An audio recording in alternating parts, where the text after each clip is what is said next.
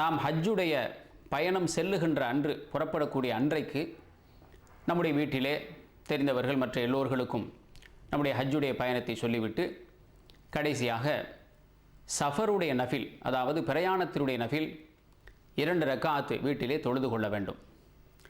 இந்த தொழுகை முடிந்ததற்கு பிறகு அதற்கடுத்து எஹ்ராமுடைய சுன்னத், அது ஒரு 2 ரக்காத் நாம் அங்கே தொழுது கொள்ள வேண்டும். எஹ்ராமுடைய இந்த தொழுகை தொழுகும் பொழுது தலையிலே துணி அணிந்தவர்களாக முதல் ரக்காத்தில் குல்யாஜிகள் காஃபிரூன் என்ற சூறாவையும், 2வது ரக்காத்திலே குல்ஹுவல்லாஹ் சூறாவை ஓதி தொழுவது அது சுன்னத்தான ஒரு காரியமாகும். நியத்து செய்வதற்கு ஒரு எல்லை இருக்கிறது. விமானம் கிளம்பி பல மணி நேரங்களுக்கு பிறகுதான் அந்த எல்லை வரும். அதுவரை நியத்து செய்து தொழுவதற்கு ஹாஜிமார்களுக்கு அனுமதி இருக்கிறது. எனவே வீட்டிலேயே எஹ்ராம் தொழுது அங்கேயே நியத்து செய்து கொள்வதை விட விமானத்திலே அமர்ந்து விமானம் கிளம்பியதற்கு பிறகு நியத்து செய்து கொள்வது ரொம்ப நல்லதாகும். பயணத்தை நாடி ஒரு ஹாஜி கிளம்பும் பொழுது பிஸ்மில்லாஹி தவக்கல்து அலல்லாஹ் வலா ஹவுல வலா குவத இல்லா பில்லாஹ் என்று கூறி வீட்டை விட்டு அவர் பயணத்தை தொடங்க வேண்டும். இப்பொழுது ஹாஜிகளின் விமானம் ஹஜ் பயணத்தை நோக்கி கிளம்புகிறது. ஹாஜிகள் விமானத்திலே அமர்ந்ததற்கு பிறகு விமானம் கிளம்பும் பொழுது பயணத்தினுடைய துவா சொல்லிக் கொள்ள வேண்டும். விமானத்திலேயே பயணத்தின் துவா சொல்லிக் கொடுப்பார்கள். அந்த துவாவை ஹாஜிகள் சொல்லிக் கொள்ள வேண்டும். அதற்கு பிறகு ஹாஜிகள் தங்களுடைய உம்ராவின் நியத்தாகிய அல்லாஹும இன்னி உரீதுல் உம்ரத ஃபயஸிர்ஹா லீ ஃபதகப்பல்ஹா மின்னி, யா அல்லாஹ், நான் உம்ராவை நியத்து செய்திருக்கிறேன், அதை ஏற்று கபூல் செய்வாயாக என்று நியத் செய்து கொள்வது. நியத்து செய்து கொண்டதற்கு பிறகு தல்பியா சொல்லிக்கொள்ள வேண்டும். தல்பியாவை அதிகமாக சொல்ல வேண்டும். விமானம் கிளம்பி செல்லுகின்ற வழிகளில் தல்பியாவும் திக்ருகளும் தஸ்பீகளும் ஹாஜிகள் நிறைய அதிகமாக மன ஓர்மையோடு சொல்லிக்கொள்ள வேண்டும். இப்பொழுது ஹாஜிகளுடைய விமானம் ஜித்தா விமான நிலையம் வந்து சேருகிறது.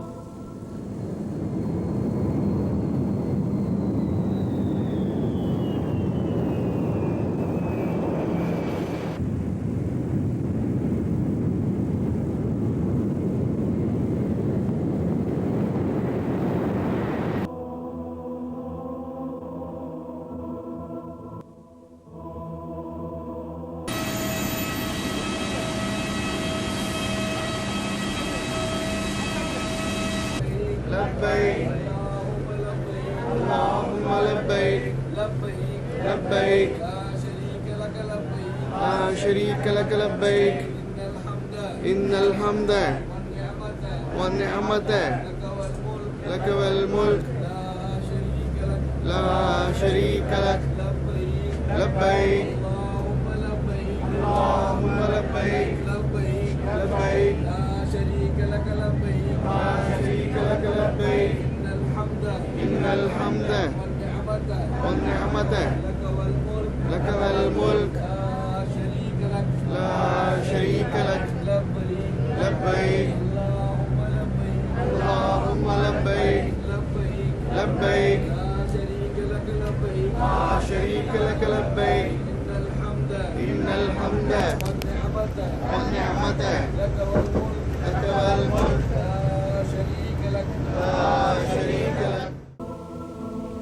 இப்பொழுது ஹாஜிகள் தங்களுடைய பயண சோதனைகளை கஸ்டம்ஸிலே செய்து கொள்கிறார்கள்.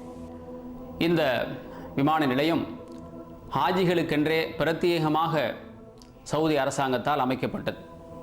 இதில் ஹாஜிகளுக்காக அவர்களுக்கு தேவையான எல்லா வசதிகளும் இதில் நிறைந்திருக்கின்றன.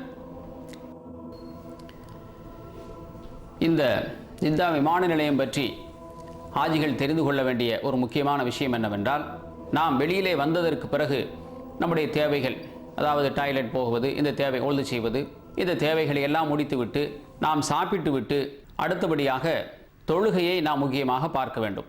இதிலே நாம் தொழும் பொழுது எந்த இடத்திலே நம்முடைய லக்கேஜுகள் பொருள்கள் இருக்கிறதோ அந்த இடத்திற்கு சென்று தொழுதுவிட்டு நாம் அங்கேயே அமர்ந்திருக்க வேண்டும். هذا 45 لا واحد خلاص يعني طيب خلي كل نقاط ركبوا فيه. لبيك اللهم لبيك لبيك لا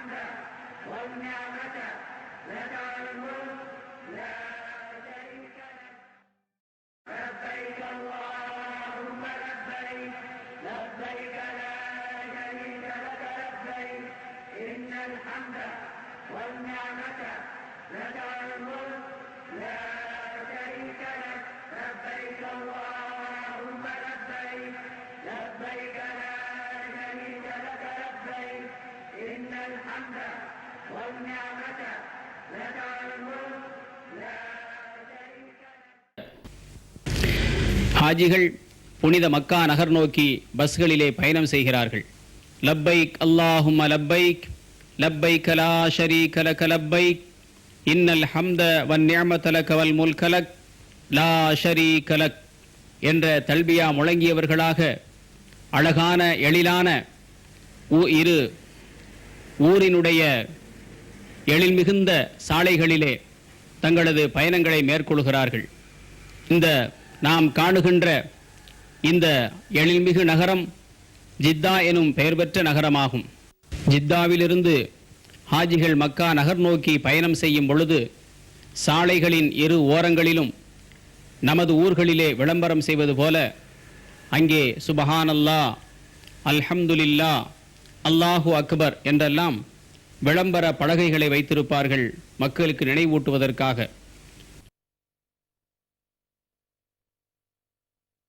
இப்பொழுது ஹாஜிகள் மக்காவின் எல்லை நோக்கி வந்து கொண்டிருக்கிறார்கள்.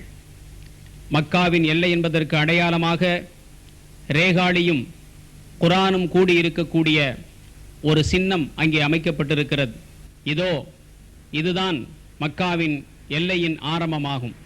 செல்லுகின்ற இந்த வழியை குரானுடைய ரேகால் மீது குரான் இருப்பதை போன்ற நிலையில் அதனுடைய எல்கையை காட்டுவதற்காக வேண்டி இப்படி அதனை நுழைவாயிலை அமைத்திருக்கிறார்கள். இங்கிருந்துதான் ஹரமுடைய எல்லை ஆரம்பிக்கின்றன. அருமை பெரியோர்களே, புனிதமிகு ஹரமுடைய எல்லைக்கு உட்சென்றவுடனே உங்கள் உள்ளங்களிலே எண்ணம் ஏற்பட வேண்டும். இறைவன் எங்களுக்கு அளித்த வெகுமதிகளை பெற்றுக்கொள்வதற்காக வேண்டி நாங்கள் வந்திருக்கிறோம். பாவ கரைகளை பாவ சுமைகளை நம்மிலிருந்து அகற்றி அல்லாஹ் அருள்பாலிப்பதற்காக வேண்டி நமக்கு அழைப்பு விடுத்திருக்கிறார். இப்பொழுது புனிதமிகு மக்கா நகருக்கு ஹாஜிகள் வந்து சேருகிறார்கள். மக்கா நகரின் எழில்மிகு சாலைகளும் அதன் வானுயர்ந்த கட்டடங்களும் காண்போரின் கண்களை கவர்ந்திழுக்கும் முறையில் அல்லாஹு தாலா அமைத்து தந்திருக்கிறார். பொருந்திய கண்ணியம் வாய்ந்த திரு மக்கா நகரத்தினுடைய எழிலான தோற்றம் இது.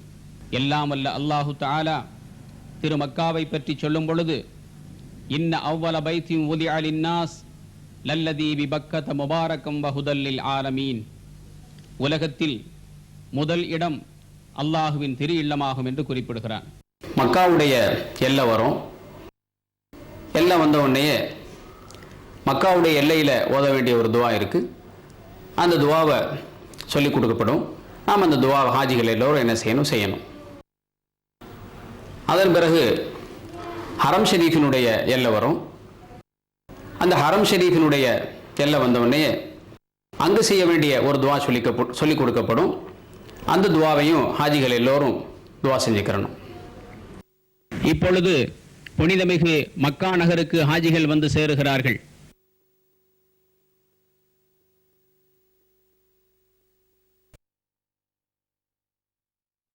ஹரம் ஷெரீஃபிற்குள்ளே கூட்டம் அதிகமாக இருக்கும். ஆகவே நாம் உள்ளே செல்வதற்கு முன்பே நம்முடைய இந்த செயல்களை எல்லாம் செய்துவிட்டு எப்படி மிக இலகுவாக எளிதாக கஷ்டமில்லாத முறையில் நாம் பள்ளியை விட்டு வெளியிலே வந்து சேர முடியும் என்பதை நாம் தெரிந்து கொள்ள வேண்டும்.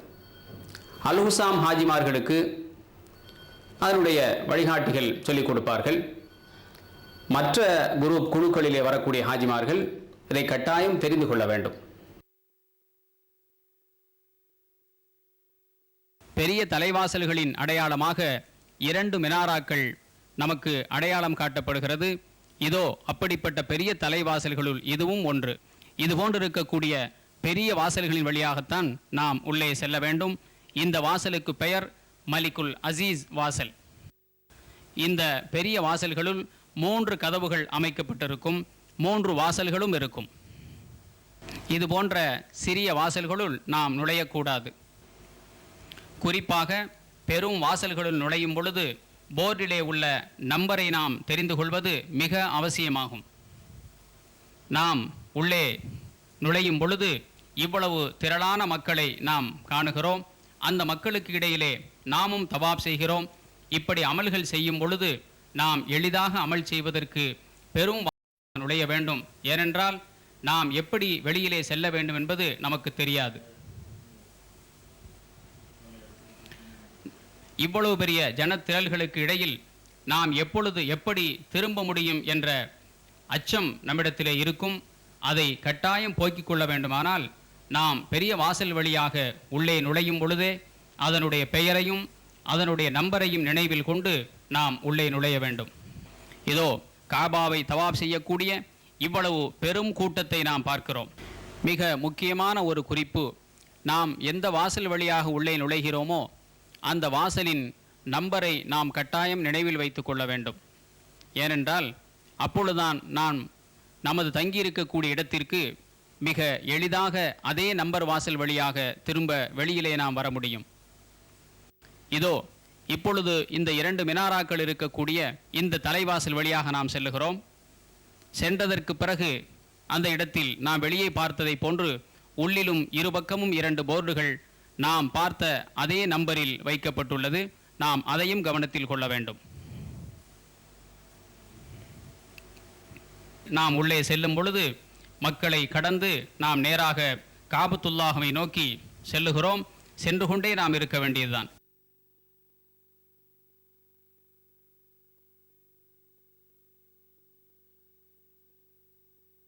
அங்கே நாம் உள்ளே நுழைந்தவுடன் நேராக காபத்துல்லா இருக்கும் இடம் நோக்கி செல்கிறோம். அப்படி நாம் செல்லும் பொழுது காபத்துல்லா இருக்கும் வெளி மைதானத்தின் அளவிலே நாம் வந்தவுடன் சற்று நின்று நாம் திரும்பி பார்க்க வேண்டும்.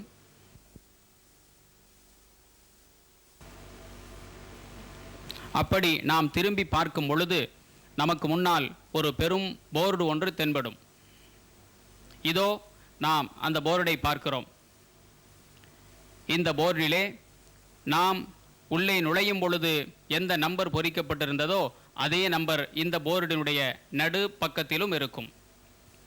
பாபுல் உம்ராவின் போர்டு இது சிமெண்ட் நிறத்தில் உள்ளதாக இருக்கும்.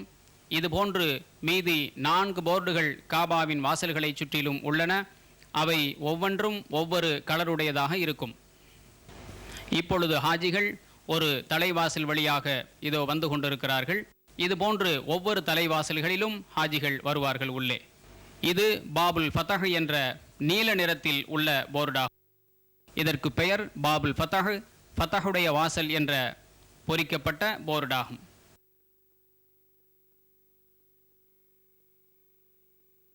இது பாபுல் மலிக் ஃபஹத், ஃபஹதுடைய வாசல் என்று குறிக்கப்பட்ட இது போர்டாகும். இது தங்க நிறத்தில் உள்ள போர்டாகும்.